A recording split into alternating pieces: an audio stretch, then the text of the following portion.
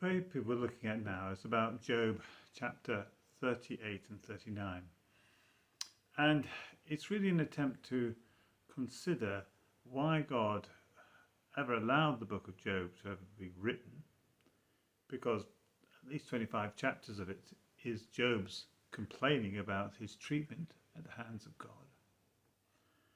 And yes, God comes in and appears to rebuke Job and says, "Have you not considered my creation?" But he then goes on to say in chapter 42 that Job spoke right. And what we seem to be having here is, in the book of Job, the reason it has a prominent position in the wisdom literature before the Psalms is that Job is experiencing opposition from Satan. We learn that from chapters 1 and 2. And as Paul says, we wrestle not against flesh and blood, but against principalities and powers.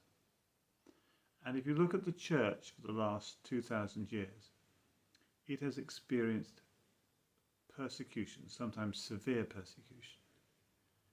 And in many ways, the church's experience can often be seen like that of Job. One in which, where is the God that I serve in all the trouble I'm going through?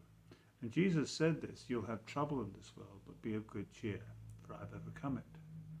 Paul, when encouraging the new believers in the churches of Asia Minor, reminded them that they will experience trouble, and they did.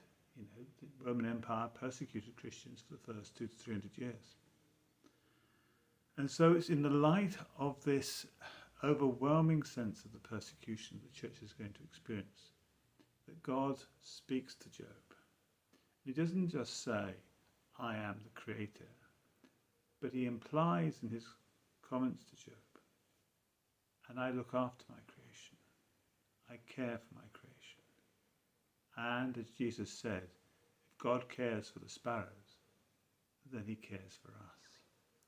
It may not always look like that. And that's why Job has this prominent position, and why God has allowed that. But we mustn't lose heart. As the book of Revelation says, to him who overcomes.